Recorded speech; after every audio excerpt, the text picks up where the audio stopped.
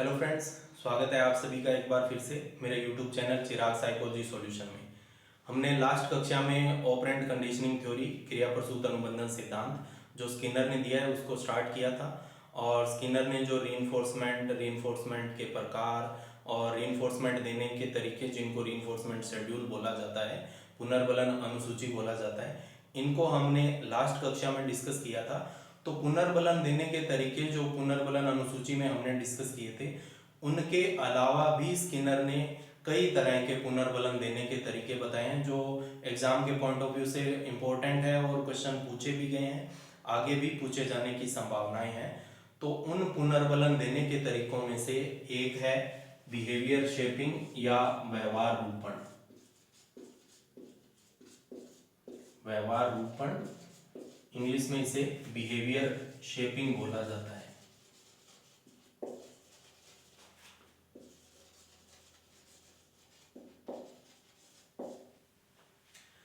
Skinner ने ये बताया कि जब ऐसा व्यवहार जिसको सीखने के लिए या करने के लिए बहुत सारी अनुक्रियाएं करनी पड़ती है, यानी उस व्यवहार में अनुक्रियाओं की श्रृंखला होती है, तब बिहेवियर शेपिंग जो होता है, बिहेवियर शेपिंग या चेनिंग यानी व्यवहार रूपण या श्रृंखलन सबसे बेस्ट मेथड होते हैं। तो बिहेवियर रूपण शेपिंग या व्यवहार रूपण की परिभाषा देते हुए स्किनर ने बताया व्यवहार के अंतर्गत अनुक्रियाओं की श्रृंखला में प्रत्येक सही अनुक्रिया या प्रत्येक सफल अनुक्रिया को पुनर्बलन देकर व्यवहार को सिखाना, व्यवहार को रूप प्रदान करना या व्यवहार को शेप देना व्यवहार रूपण कहलाता है। तो इसमें क्या होता है, जैसे मान लीजिए 10 अनुक्रियाएं हैं,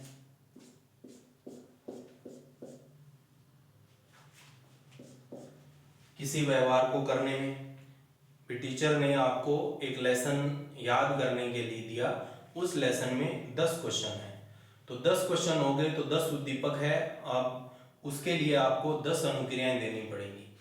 तो नेक्स्ट डे जब आप स्कूल में गए, टीचर ने आपसे पहला सवाल पूछा, सही उत्तर दिया, जैसे ही सही उत्तर दिया टीचर ने आपको रिवॉर्ड चॉकलेट दे दी या शाबाशी दे दी। फिर दूसरा पूछा, जैसे ही उसका सही उत्तर मिला टीचर ने फिर रिवॉर्ड या चॉकलेट दे दी। तीसरा, चौथा, पांचवा, इस तरह से सारे के सारे जो हैं 10 व्यवहार आपने सही किए, यानी प्रत्येक क्वेश्चन का उत्तर सही दिया, तो हर क्वेश्चन का सही उत्तर देने पर यदि पुनर्बलन मिल रहा है तो वो व्यवहार रूपण कहलाता है। ठीक है, व्यवहार रूपण का मतलब प्रत्येक सफल या सही अनुक्रिया को पुनर्बलित करके व्यवहार को रूप प्रदान करना। जैसे बच्चा चलना सीख रहा है, तो चलना ऐसे तो है नहीं, बच्चे को बोला भी चल, वो खड़ा होगा और भागने लगेगा। तो सीखने के लिए उसको जो है बहुत सारी अनुक्रियाएं करनी पड़ेगी, लंबा अभ्यास करना पड़ेगा। बच्चा खड़ा होगा, पहले तो बैलेंस बनाएगा, फिर 1 कदम चलेगा, फिर गिर जाएगा, फिर दूसरी बार खड़ा होगा, 2 कदम चलेगा, फिर 3 कदम, फिर 4 कदम, ऐसे गिरते पड़ते बार बार अभ्यास करते करते उसको बहुत सारी अनुक्रियाएं करनी पड़ती है। तो चलना सीखने के लिए व्यवहारों की श्रृंखला के प्रत्येक सफल प्रयास को पुनर्बलन देना निम्न में से उदाहरण है। तो ये व्यवहार रूपण का है। उसमें क्या किया जाता है, बच्चे को बोला भी बेटा खड़ा हो चल, बच्चा खड़ा होगा, 1 कदम चला, फिर गिर गया, उसको चॉकलेट दे दी, यानी 1 कदम चला, इसका मतलब एक सफल प्रयास। फिर उसके बाद उसको दोबारा बोला, फिर खड़ा हुआ, 2 कदम चला, जितने वो सही कदम चलता है और गिरते ही उसको रिवॉर्ड दे दिया जाता है, क्योंकि उसने पहले सही अनुक्रिया की थी। ऐसे प्रत्येक बार खड़ा होने पर 2 या 4 जितने भी कदम चलता है, चलने के बाद में उसको रिवॉर्ड दिया जाता है, वो व्यवहार रूपण है। ठीक है, यानी प्रत्येक सही या सफल अनुक्रिया को पुनर्बलन देना। इस हिसाब से देखें, ये कंटिन्यूअस रीइंफोर्समेंट शेड्यूल यानी सतत पुनर्बलन अनुसूची जो है उससे मिलता जुलता है। पर सतत पुनर्बलन अनुसूची में स्किनर क्लियरली ये डिफाइन नहीं करता है भी वो व्यवहारों की ऐसे व्यवहार जिनमें अनुक्रियाओं की श्रृंखला होती है उन पर अप्लाई किया जाता है, या जिनमें केवल एक अनुक्रिया होती है उन पर अप्लाई किया जाता है। ठीक है, और इसको डीपली एक्सप्लेन किया है, इसको स्पेशली बताया है, ये तकनीक उन व्यवहारों पर यूज की जाती है जिनको करने या सीखने में बहुत सारी अनुक्रियाएं होती है। दूसरा तरीका जो है व्यवहार श्रृंखलन या केवल श्रृंखलन लिखा हो सकता है।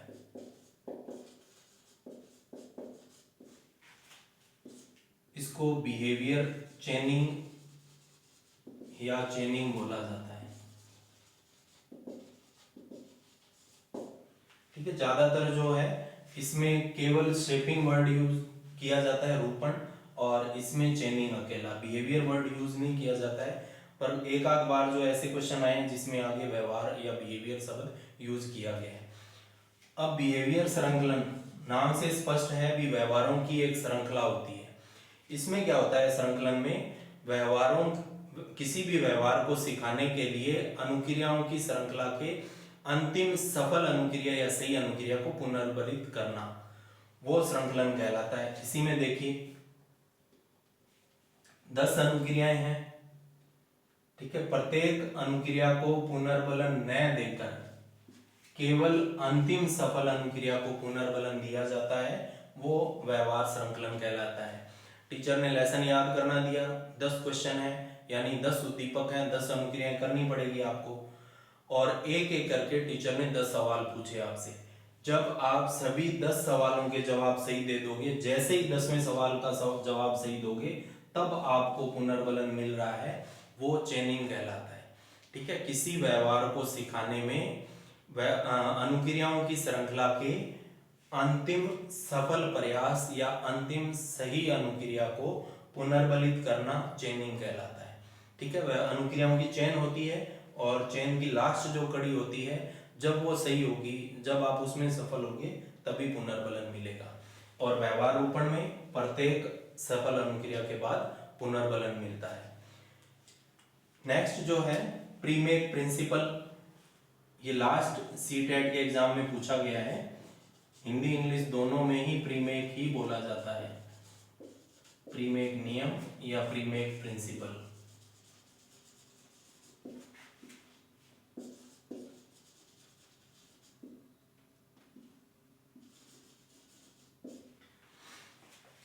प्रीमेक नाम है साइकोलॉजिस्ट का, उन्होंने ये कंसेप्ट दिया था, पर इसकी पुनर्बलन के रूप में अच्छे ढंग से व्याख्या जो है वो स्किनर के द्वारा की गई है। स्किनर ने इसको प्रीमेक को एज ए नियम यानी एक नियम के रूप में अपनी थ्योरी में शामिल किया था। प्रीमेक प्रिंसिपल जो है इनमें सबसे अलग है। इसमें क्या होता है, जो अनुक्रिया अधिक बार की जाती है या जो मोर प्रेफर्ड एक्टिविटी होती है, उसको पुनर्बलन के रूप में यूज किया जाता है लेस प्रेफर्ड एक्टिविटी यानी कम बार की जाने वाली अनुक्रिया के लिए, ठीक है। उसी को प्रीमेक प्रिंसिपल बोलते हैं। यानी कम महत्वपूर्ण या कम बार की जाने वाली अनुक्रिया के लिए अधिक बार की जाने वाली या अधिक वांछित या इच्छित जो अनुक्रिया होती है, उसको पुनर्बलन के रूप में उपयोग में लिया जाता है। उसी को प्रीमेक प्रिंसिपल बोला जाता है। लास्ट सीटेट का एग्जाम हुआ था, उसमें ये क्वेश्चन पूछा गया था। जैसे मान लीजिए बच्चा जो है क्रिकेट खेलता है, क्रिकेट उसका फेवरेट गेम है। क्रिकेट में स्कोप कम देखते हुए उसके पेरेंट्स के द्वारा उसको फुटबॉल खेलने के लिए, फुटबॉल सिखाने के लिए फुटबॉल गेम में डाला जाता है। बच्चा उसमें इंटरेस्ट नहीं है, फुटबॉल में वो ढंग से खेल नहीं रहा है, तो उसका कोच जो है, फुटबॉल का कोच बच्चे को बोलता है भी यदि आज एक गोल करेगा तो तुझे शाम को क्रिकेट खिलाई जाएगी। यानी फुटबॉल जो लेस प्रेफर्ड एक्टिविटी है, कम बार या कम महत्वपूर्ण या कम इच्छित अनुक्रिया है, उसके लिए क्रिकेट को जो अधिक बार या मोर प्रेफर्ड एक्टिविटी या अधिक इच्छित अनुक्रिया है, उसको पुनर्बलन के रूप में उपयोग में लिया जाता है, वो प्रीमेक प्रिंसिपल कहलाता है। ये तो सिंपल था भी फुटबॉल जो कम बार की जाने वाली अनुक्रिया, उसके लिए क्रिकेट जो अधिक बार की जाने वाली अनुक्रिया को पुनर्बलन के रूप में उपयोग में लिया। थोड़ा सा इसको डीप और देखें। जैसे मान लीजिए बच्चा पढ़ नहीं रहा है ढंग से और टीवी देख रहा है, और बच्चे को बोला भी टीवी बंद कर दे, पढ़ ले, यदि तू 2 घंटे पढ़ेगा तो तुझे शाम को क्रिकेट खिलाई जाएगी, यदि नहीं पढ़ेगा तो तू फुटबॉल खेलेगा। यानी दोनों एक्टिविटी करवाई जा रही है। भी नहीं पढ़ेगा तो फुटबॉल खेलेगा जो उसको खेलना पसंद नहीं है, और यदि पढ़ेगा तो वो क्रिकेट खेलेगा जो उसको खेलना अधिक पसंद है। तो जो अधिक पसंदीदा अनुक्रिया होती है उसको पुनर्बलन के रूप में उपयोग में लिया जाता है, वो प्रीमेक प्रिंसिपल कहलाता है। इसके अलावा चौथा जो है टोकन इकोनॉमी, हिंदी और इंग्लिश दोनों में ही टोकन इकोनॉमी बोला जाता है इसको।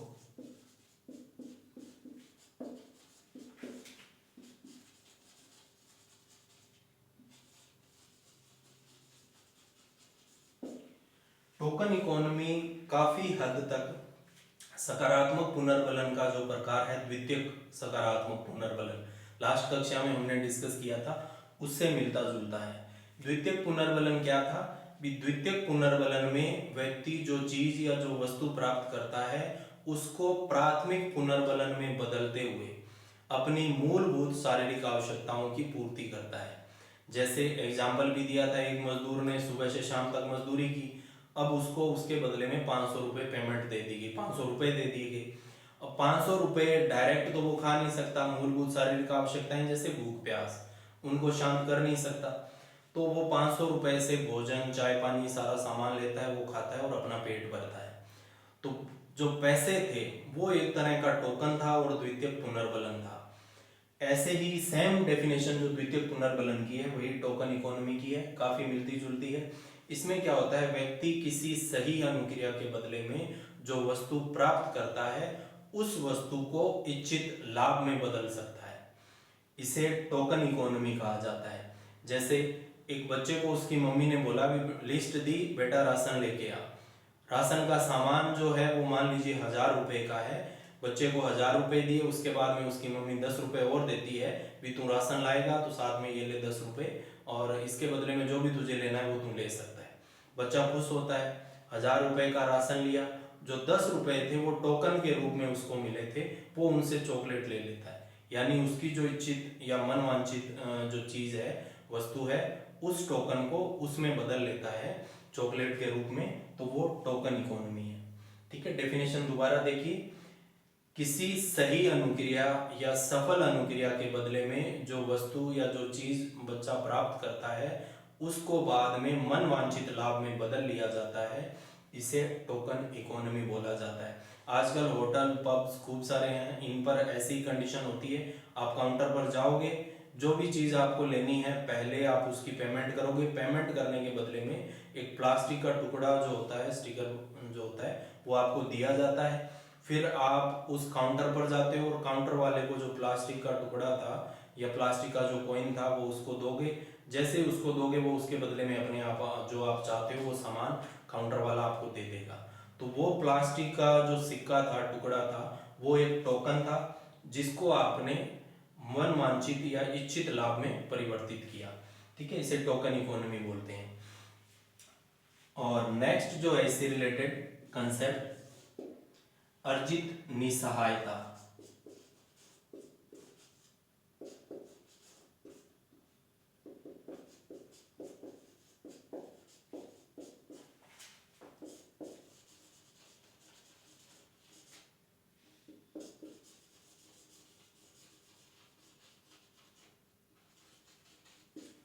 अर्जित निसहायता यानी लर्न्ड हेल्पलेसनेस। ये कंसेप्ट जो है मूल रूप से मार्टिन सेलिंगमैन ने अपना व्यक्तित्व का सिद्धांत दिया था, उस सिद्धांत में इस संप्रत्यय का प्रतिपादन किया था। तो अर्जित निसहायता का संबंध मार्टिन सेलिंगमैन से है, ध्यान में रखिए। और मार्टिन सेलिंगमैन से ही स्किनर ने इस कंसेप्ट को लिया है और इसकी व्याख्या जो है अपनी थ्योरी में की है। जब पुनर्बलन या दंड है, जो दंड के प्रभाव से व्यक्ति बच नहीं सकता, तब उसमें ये संप्रत्यय विकसित होता है। अर्जित निसहायता की डेफिनेशन देते हुए स्किनर ने बताया, भी दंड से बचने के प्रयासों में व्यक्ति जब हर संभव प्रयास कर कर थक चुका होता है और दंड से मुक्ति नहीं पाता है, तो वो उस दंड को सहना शुरू कर देता है। इसी को अर्जित निसहायता या लर्न हेल्पलेसनेस बोला जाता है। जैसे पुराने हमारे जो रूढ़िवादी परिवार है, उनमें बहू जो होती है उसकी स्थिति बहुत खराब थी। उनमें क्या होता, सास की डांट से बचने के लिए बहू सुबह 4 बजे उठ रही है और शाम को रात को लेट 10 बजे तक वो काम कर रही है, अच्छे ढंग से सारी चीज़ें मैनेज कर रही है, शायद वो सास की डांट से बच जाए। पर जब वो हर संभव प्रयास कर चुकी होती है, 4 घंटे नींद लेकर पूरे 20 घंटे काम करके, उसके बावजूद भी सास की डांट जो है उसको मिलती है, यानी दंड उसको मिलता है, तब उसके बाद में जो है वो धीरे धीरे ये 4 बजे उठना और 10 बजे जो है सोने की अनुक्रिया कम कर देती है। नॉर्मल टाइम पर उठती है, रूटीन वर्क करती है, क्योंकि उसे पता है चाहे वो कुछ भी कर ले डांट पड़नी यानी डांट या दंड से वो बच नहीं सकती। तो तो उसको सामान्य रूप से जब सहना शुरू कर देती है वही अर्जित निसहायता या लर्न हेल्पलेसनेस होता है। इससे रिलेटेड जो है स्किनर ने कुत्ते पर प्रयोग भी किया। उन्होंने क्या किया, एक बॉक्स था बड़ा, उसके दो पार्टीशन कर दिए, दो भाग बांट दिए और पूरा पार्टीशन बीच में नहीं किया। बीच का जो दीवार थी उसकी ऊंचाई इतनी थी भी कुत्ता उसके ऊपर से छलांग लगाकर दूसरी तरफ चला जाए। इसमें इन्होंने क्या किया, उसका जो फ्लोर था बॉक्स का उसमें करंट जो है धारा प्रवाहित हो सकती थी। जिस तरफ करंट की धारा प्रवाहित होती थी उस तरफ पहले कुत्ते को रखा। फिर इन्होंने जो है हल्का करंट देना शुरू किया। जैसे ही करंट लगता है कुत्ते में बेचैनी शुरू हो जाती है, वो छलांग लगाता है, उस दीवार के ऊपर से दूसरी तरफ चला जाता है और दंड से बच जाता है। उसने सोचता यही है, पर जैसे ही दूसरी तरफ जाकर वो बैठता है, दूसरी तरफ करंट की धारा प्रवाहित की जाती है। फिर उसमें बेचैनी होती है, वो छलांग लगाकर पहली तरफ आ जाता है। आकर जैसे ही बैठा फिर करंट प्रवाहित कर दिया। तो 5-7 बार ऐसे उछल कूद इधर से उधर जाता है करंट से बचने के लिए। पर वो देखता है भी उधर जा रहा हूँ तो भी करंट लग रहा है, इधर जा रहा हूँ तो भी करंट लग रहा है, हर बार दंड मिल रहा है। तो वो एक जगह शांत बैठा रहता है और करंट को सहना शुरू कर देता है। उसी को अर्जित निसहायता बोलते हैं। ठीक है, दंड से बचने के हर संभव या सारे संभावित प्रयास किए जाने के बावजूद भी यदि व्यक्ति या प्राणी दंड से नहीं बच पाता है तो वो उस दंड को सहना शुरू कर देता है। उसी को अर्जित निसहायता बोलते हैं। ठीक है, खुद को निसहाय समझने लगता है भी वो कुछ नहीं कर सकता, तब उसने दंड को सहना शुरू कर दिया, अर्जित निसहायता है। तो ये 5 अन्य इंपॉर्टेंट कंसेप्ट थे जिनका संबंध पुनर्बलन से है। इनके अलावा जो है शैक्षिक उपयोगिता इस सिद्धांत की वो बहुत ज़्यादा महत्वपूर्ण है, व्यवहारवादियों में सबसे इंपॉर्टेंट है। स्किनर ने नॉर्मल जो उपयोगिता है भी रुचियां विकसित करना, अच्छी आदतें सिखाना, बुरी आदतें दंड के द्वारा छुड़ाना, अभिवर्तियां सकारात्मक अभिवर्तियां विकसित करना, अधिगम की गति पुनर्बलन के द्वारा तेज करना, तो ये सारी जो है उपयोगिताएं जो अन्य व्यवहारवादियों के सिद्धांत की है वो भी इसकी है, स्किनर की थ्योरी की। पर इनके अलावा स्किनर ने जो है शिक्षा में टीचिंग मशीन, शिक्षण मशीनों का उपयोग सबसे पहले शुरू किया। स्किनर ने कंप्यूटर का प्रयोग, कंप्यूटर असिस्टेड इंस्ट्रक्शन CAI, जो लास्ट फर्स्ट ग्रेड में क्वेश्चन पूछा गया था भी उसका संबंध किससे है, CAI का।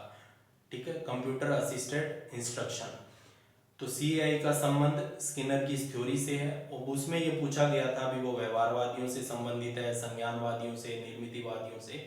तो स्किनर व्यवहारवादी है और क्रिया प्रसूत अनुबंधन से CAI का संबंध है, क्योंकि शिक्षा में as a teaching machine computer का उपयोग जो है सबसे पहले स्किनर ने शुरू किया था। और इसके अलावा प्रोग्राम्ड लर्निंग, अभिकर्मित अनुदेशन जो है वो सबसे महत्वपूर्ण भाग है, एक टीचिंग मॉडल है, बच्चों को पढ़ाने का एक तरीका है। तो हम उसको क्लियर करते हैं और उससे क्वेश्चन पूछे जाते हैं।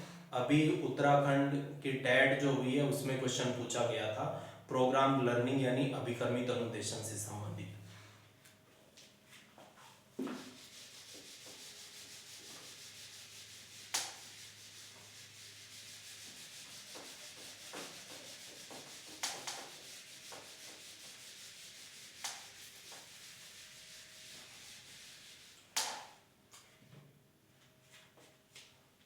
अभिकर्मित अनुदेशन या प्रोग्राम्ड लर्निंग का आधार पूछा जाता है, कौन सा सिद्धांत है, तो ध्यान में रखिए क्रिया प्रसूत अनुबंधन।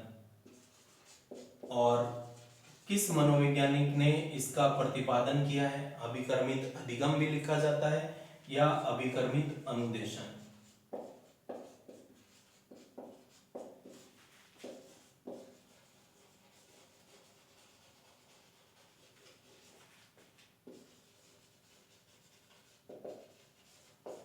प्रोग्राम लर्निंग या अभिकर्मित अनुदेशन का प्रतिपादन स्किनर के द्वारा किया गया है। इसका संबंध व्यवहारवाद से भी है और क्रिया प्रसूत अनुबंधन से भी है।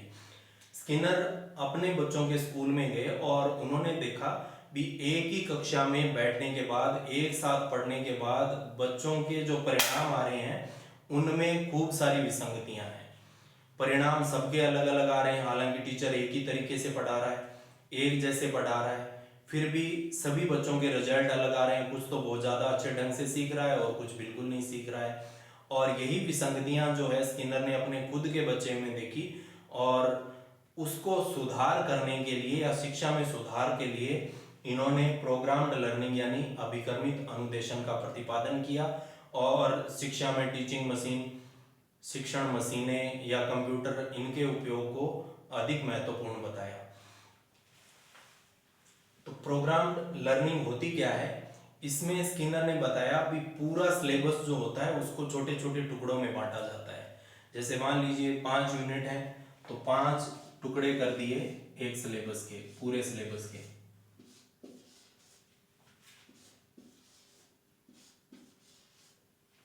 अब सिलेबस के जो 5 छोटे छोटे टुकड़े किए गए हैं इनको फ्रेम बोला जाता है। बच्चों को पहला फ्रेम जो है स्टडी मटेरियल पहली यूनिट का या तो लिख कर या प्रिंटेड या कंप्यूटर पर या प्रोजेक्टर पर किसी स्लाइड के थ्रू बच्चे के सामने स्टडी मटेरियल जो है प्रस्तुत किया जाता है टीचर के द्वारा। फिर उसके बाद में बच्चा अपने हिसाब से, उसको वो फ्री हैंड होता है, कितना भी टाइम ले, वो 20 मिनट ले सकता है, वो 20 घंटे ले सकता है, बच्चे को खुला छोड़ दिया जाता है। सेल्फ स्पीड होती है, अपने हिसाब से वो इसको पूरा करता है। जब बच्चा ये कहे भी उसने इसको पूरा कर लिया है तब बच्चे का टेस्ट लिया जाएगा और टेस्ट लेने के बाद में हाथों हाथ बच्चे को आंसर की दी जाएगी और आंसर की के साथ साथ बच्चे को रिजल्ट बताया जाता है। फिर पहला फ्रेम जो है वो पूरा होने के बाद बच्चा दूसरे फ्रेम पर जाएगा, टीचर दूसरा फ्रेम तैयार करेगा, तैयार करके बच्चों को दूसरा फ्रेम प्रोवाइड करवाएगा। ठीक है, जहां उसको जरूरत है वो चीजें समझाएगा, फिर बच्चे को फ्रेम दे दिया जाएगा। बच्चा उस फ्रेम को अपने हिसाब से पढ़ते पढ़ते जो है सीखेगा, उसमें कितना ही टाइम ले वो आज़ाद होता है। जब बच्चा ये कहे भी उसने पूरा सीख लिया है तब उसका टेस्ट लिया जाएगा। उसके साथ टेस्ट के बाद जस्ट बाद उसको की दे दी जाएगी आंसर की, भी सही उत्तर ये हैं, और साथ ही साथ जो है उसको फीडबैक दिया जाता है भी आपका रिजल्ट ये रहा, आपका परिणाम ऐसा है। तो ऐसे एक एक करके जो है सारे के सारे फ्रेम तैयार किए जाते हैं। ठीक है, इसी को अभिक्रमित अनुदेशन बोला जाता है। तो अभिक्रमित अनुदेशन में देखिए क्या किया जाता है, सबसे पहले पूरे सिलेबस को छोटे छोटे टुकड़ों में बांटा जाता है। तो यहाँ कौन सा नियम लागू हुआ, लघु पदों का सिद्धांत, लघु पदों का सिद्धांत या नियम, इंग्लिश में स्मॉल स्टेप लर्निंग या small step principal.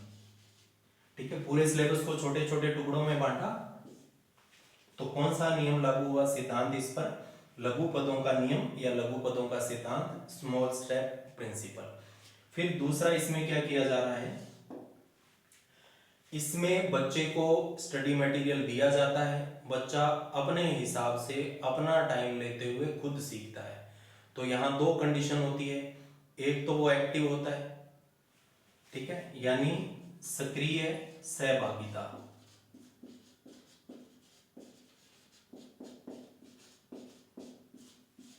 Active participation.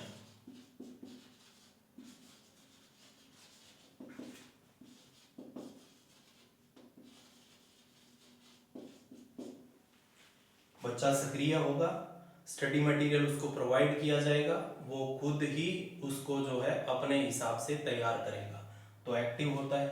Active होने के साथ साथ बच्चा स्व गति से अपने हिसाब से सीखता है, वो 20 मिनट में सीख सकता है, 20 घंटे ले सकता है। तो नेक्स्ट जो है नियम लागू होता है सिद्धांत, स्व गति का नियम, स्व गति का नियम या सिद्धांत, इसको सेल्फ पेसिंग या सेल्फ स्पीड प्रिंसिपल बोला जाता है।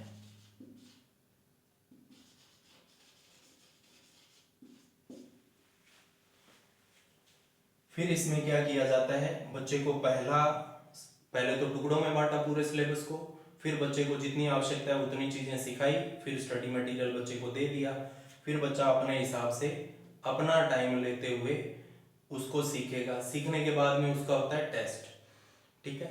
तो टेस्ट के जस्ट बाद जो है उसको की भी दी जाती है, उसको पता चल जाता है कि उसके कौन से क्वेश्चन सही हैं और कौन से गलत हैं। और फिर उसके बाद में प्रतिपुष्टि यानी फीडबैक के रूप में रिजल्ट दिया जाता है। तो यहाँ दो कंडीशन और होती है। चौथा होता है स्वमूल्यांकन।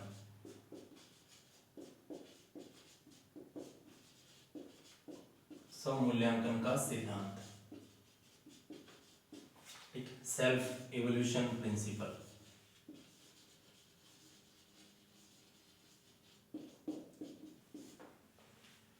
बच्चे को जैसे ही की मिली वो अपना मूल्यांकन खुद कर लेगा, उसको पता चल जाएगा उसने कौन से सही किए हैं क्वेश्चन, कौन से गलत किए हैं। और जैसे ही बच्चा की पर अपना रिजल्ट चेक करेगा, अपने सही गलत क्वेश्चन का मूल्यांकन करेगा, उसके जस्ट बाद उसको फीडबैक दिया जाता है, प्रतिपुष्टि दी जाती है। तो इसमें अगला जो है वो प्रतिपुष्टि सिद्धांत लागू होता है।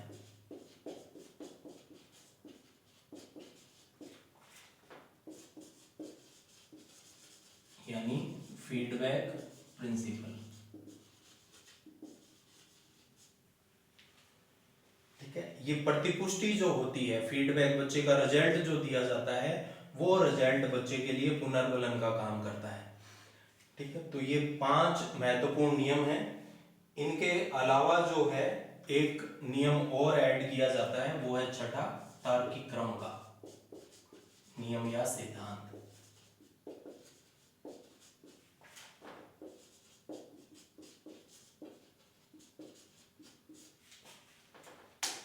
यानी रेशनल सीक्वेंस।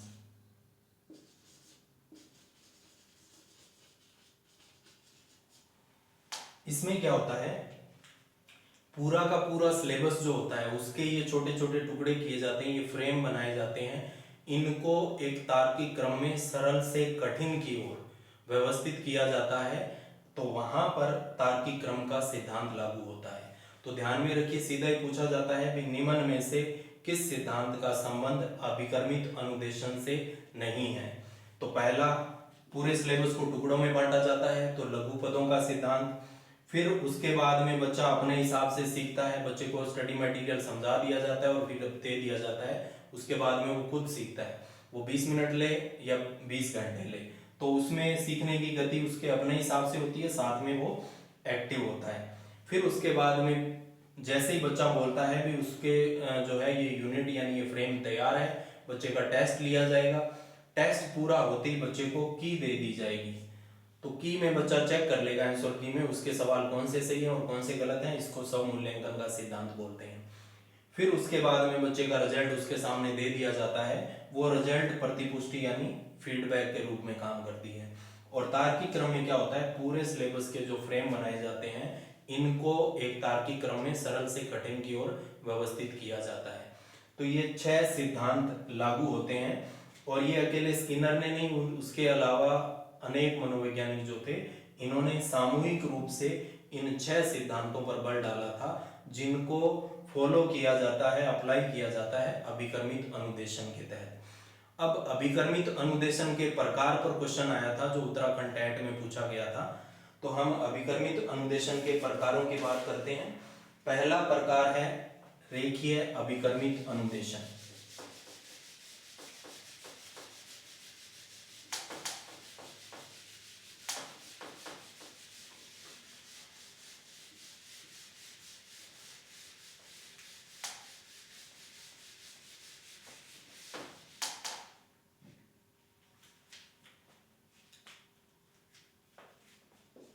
रेखीय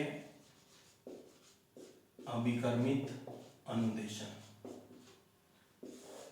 दूसरा शाखीय यानी ब्रांचिंग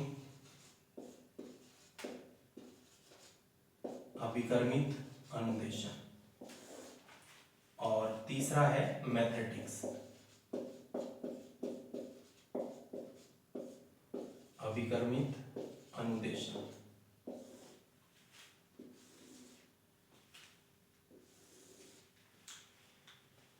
इन तीनों में अंतर के साथ साथ हम इनको डिस्कस करेंगे। पहला रेखीय को देखिए, रेखीय के प्रतिपादक जो हैं वो स्किनर खुद हैं, ठीक। स्किनर ने जो अभिकर्मित अनुदेशन दिया था उसी को बाद में रेखीय अभिकर्मित अनुदेशन में बदल दिया गया। यानी रेखीय अभिकर्मित अनुदेशन और जो हमने अभी डिस्कस किया था अभिकर्मित अनुदेशन दोनों सेम ही है, स्किनर के द्वारा प्रतिपादित है। शाखीय जो है वो नॉर्मन ए क्राउडर के द्वारा इसका प्रतिपादन किया गया है और मैथेटिक्स जो है थॉमस एफ गिलबर्ट के द्वारा इसका प्रतिपादन किया गया है। तो तीनों प्रकार जो हैं वो तीन अलग अलग साइकोलॉजिस्ट ने दिए हैं। और जो उत्तराखंड टैट में शाखीय का पूछा गया था, शाखीय अभिकर्मित अनुदेशन के प्रतिपादक कौन है, तो नॉर्मन ए क्राउडर है। अब इनमें डिफरेंस देखिए। रेखीय अभिकर्मित अनुदेशन हमने अभी बात की, अभिकर्मित अनुदेशन की सेम ही है। पूरे सिलेबस को छोटे छोटे टुकड़ों में बांटा, फिर प्रत्येक टुकड़ा पहले बच्चे को सिखाया, फिर बच्चे को अपने आप दे दिया, वो चाहे कंप्यूटर के थ्रू है, चाहे प्रोजेक्टर के थ्रू या प्रिंटेड मटेरियल। बच्चा उसके बाद में अपने हिसाब से अपना टाइम लेगा, उसको तैयार करेगा। जैसे ही तैयार होता है, बच्चे ने बता दिया भी ये टॉपिक तैयार है, तब बच्चे का टेस्ट लिया जाता है और टेस्ट के बाद में बच्चे को हाथों हाथ आंसर की प्रोवाइड की जाती है और उसके बाद में बच्चे को रिजल्ट बताया जाता है। फिर दूसरे जो है अभिकर्म या फ्रेम पर बच्चा पहुंचता है। तो ये स्टेप तब तक चलते रहते हैं जब तक पूरा सिलेबस जो है कंप्लीट नहीं हो जाता।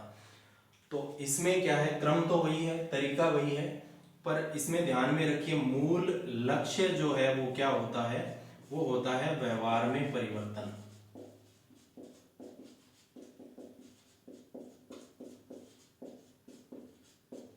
ठीक है, व्यवहार में परिवर्तन यानी अधिगम।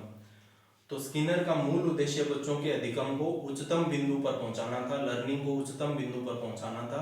उसी के लिए इन्होंने जो है अभिकर्मित अनुदेशन का प्रतिपादन किया, बाद में जिसको रेखीय अभिकर्मित अनुदेशन माना गया। ठीक है, रेखीय क्यों माना गया, इसमें क्या होता है, एक क्रम में फ्रेम जो है पहला, फिर दूसरा, फिर तीसरा, एक ही लाइन में जो है फ्रेम बने होते हैं, उनका जो है स्तर एक जैसा होता है। पहले बच्चा पहला करेगा, फिर दूसरा, फिर तीसरा, इस तरह से एक ही लाइन में एक टाइम में एक फ्रेम पूरा करते हुए बच्चा जो है सिलेबस को पूरा करता है। इसीलिए इसको रेखीय या लीनियर अभिकर्मित अनुदेशन माना जाता है। इसका जो प्रतिपादन है स्किनर ने, जो लेक्चर मेथड था, ठीक है, उस लेक्चर मेथड के विरोध में इसका प्रतिपादन किया था और रेखीय अभिकर्मित अनुदेशन में बच्चों को पुनर्बलन देने के लिए शेपिंग और चेनिंग, व्यवहार रूपण और श्रृंखलन, दोनों तरीकों को इन्होंने अपनाया है। ठीक है, और इसमें जो है बच्चा आजाद होता है, सेल्फ स्पीड से कितना ही टाइम ले अपने हिसाब से सीख सकता है। तो ये रेखीय अभिकर्मित अनुदेशन था, सेम जो हमने पहले अभिकर्मित अनुदेशन की बात की वही है।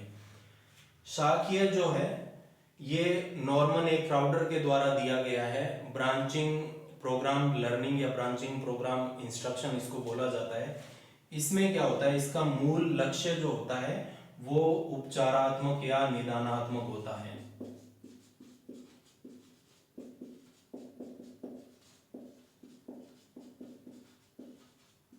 यानी डायग्नोस्टिक पर्पज होता है इसका मूल लक्ष्य, ध्यान में रखिएगा। अब इसमें क्या होता है, शाखीय में फ्रेम का सीक्वेंस चेंज कर दिया जाता है। इसमें क्या होता है, बच्चे को मान लीजिए एक यूनिट है, एक टॉपिक है जिसका संबंध जो है हम साइकोलॉजी से ही बात करें, स्किनर की थ्योरी है। अब उसके बच्चे के सामने 4 फ्रेम दिए जाते हैं। 4 फ्रेम मतलब 4 अलग अलग साइकोलॉजिस्ट ने जो स्टडी मटेरियल तैयार किया है स्किनर की थ्योरी से संबंधित, वो बच्चे के सामने चारों रख दिए जाएंगे। अब बच्चा अपने हिसाब से चुनाव करेगा भी इन चारों साइकोलॉजिस्ट में से किसके द्वारा जो है एक्सप्लेन की गई थ्योरी स्किनर की इनको पढ़नी है। बच्चा मान लीजिए इस पहले को सेलेक्ट करता है, 20 साइकोलॉजिस्ट की जो थ्योरी तैयार की है उसको वो पढ़ेगा। अब बच्चा इसको पढ़ता है, इसमें क्या होता है, एक टारगेट जो है फिक्स किया जाता है, मान लीजिए 80% है। जब टेस्ट में बच्चे का स्कोर 80% आएगा तभी वो आगे बढ़ेगा। तो पहले बच्चे को 4 फ्रेम सामने रख के बच्चे ने एक फ्रेम सेलेक्ट किया, ठीक है, उसको थोड़ा समझाया जितनी आवश्यकता थी, फिर उसके बाद में वो मटेरियल बच्चे को दे दिया, बच्चा खुद तैयार करेगा उसको अपने हिसाब से। तैयार करने के बाद में जब बच्चा बता देगा भी वो एग्जाम के लिए तैयार है, तब उससे एग्जाम लिया जाएगा। यदि उसका स्कोर 80% नहीं आ रहा है, 80% पहली बार में स्कोर नहीं आया, तो बच्चे के सामने फिर यही फ्रेम वापस प्रेजेंट कर दिया जाएगा पहला ही, और बच्चे को फिर बोला जाएगा भी आपने 80% अचीव नहीं किया, आपका स्कोर कम है, तो आपको इस टॉपिक को दोबारा पढ़ना पड़ेगा। तो ये 4 फ्रेम आपके सामने हैं, इनमें से एक छांट लीजिए। इस बार बच्चे को लगता है कि चौथा छांटना चाहिए, वो दूसरा चौथा छांट लेता है। फिर बच्चे को इसमें से मेन चीजें समझा दी जाती है, और बाद में जो है इसको फ्रेम को या स्टडी मटेरियल को बच्चे को दे दिया जाता है। बच्चा खुद पढ़ता है अपने हिसाब से, कितना भी टाइम ले सीखने के बाद में या पूरा तैयार करने के बाद में। बच्चा जब बताता है भी वो तैयार है एग्जाम के लिए, तब उसका टेस्ट लिया जाता है। और टेस्ट के में अगर स्कोर मान लीजिए 90% आते हैं, बच्चे ने 80% क्रॉस किया, तब बच्चे के सामने सेम ही दूसरा फ्रेम प्रेजेंट किया जाएगा, और उस फ्रेम में जो 4 पार्टीशन किए हैं, 4 बच्चे को ऑप्शन दिए जाते हैं, चारों में से कोई एक सेलेक्ट कर ले। सेम कंडीशन, एक सेलेक्ट किया, फिर बच्चे ने तैयार किया, अब रिजल्ट 80% नहीं आया, तब तक इसमें अटका रहेगा। जैसे ही रिजल्ट 80% आया, बच्चा अगले फ्रेम में पहुंच जाएगा। तो इनमें ध्यान में रखिए, ये फ्रेम जो होती हैं, इनका स्ट्रक्चर एक शाखाओं की तरह होता है। ठीक है, शाखाएं होती है। लीनियर में तो एक टाइम में एक ही फ्रेम होता है, इसमें एक टाइम में 4, 5, 6 कितने भी फ्रेम हो सकते हैं मैक्सिमम। तो बच्चे के सामने ये फ्रेम शाखाओं के रूप में प्रेजेंट किए जाते हैं, इसलिए इसको जो है शाखीय अभिकर्मित अनुदेशन माना जाता है। अब इसकी प्रकृति उपचारात्मक या निदानात्मक कैसे होती है? जब तक बच्चे का स्कोर जो डिजायर्ड था, जो वांछित था 80%, वो प्राप्त नहीं करेगा, तब तक उसको जो है डायग्नोस किया जाएगा, बार बार उसको वो सिखाया जाएगा, अभ्यास करवाए जाएंगे, और जब वो 80% अचीव कर लेगा, तब दूसरे पर जाएगा। तो सिखाने के साथ साथ में डायग्नोस किया जाता है, उपचार किया जाता है, और जो डिजायर्ड स्कोर होता है, जैसे हमने 80% रखा है, उस तक बच्चे को पहुंचाया जाता है। ठीक है, नेक्स्ट जो गिलबर्ट ने दिया है, गिलबर्ट का मूल उद्देश्य जो है वो पाठ्य वस्तु पर स्वामित्व स्थापित करना है।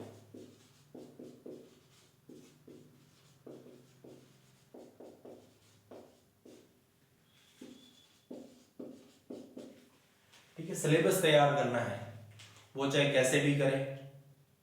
और इनका मूल उद्देश्य जो होता है, बच्चे के दिमाग में जो सिलेबस दिया हुआ है, जो किताबें हैं, उनका ज्ञान ठूंस देना है, उनके ज्ञान को उसके दिमाग में भर देना है।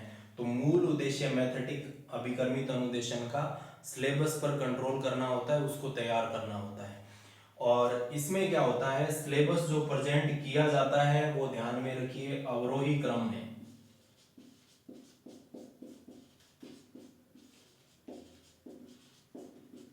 यानी डिसेंडिंग ऑर्डर में प्रेजेंट होता है।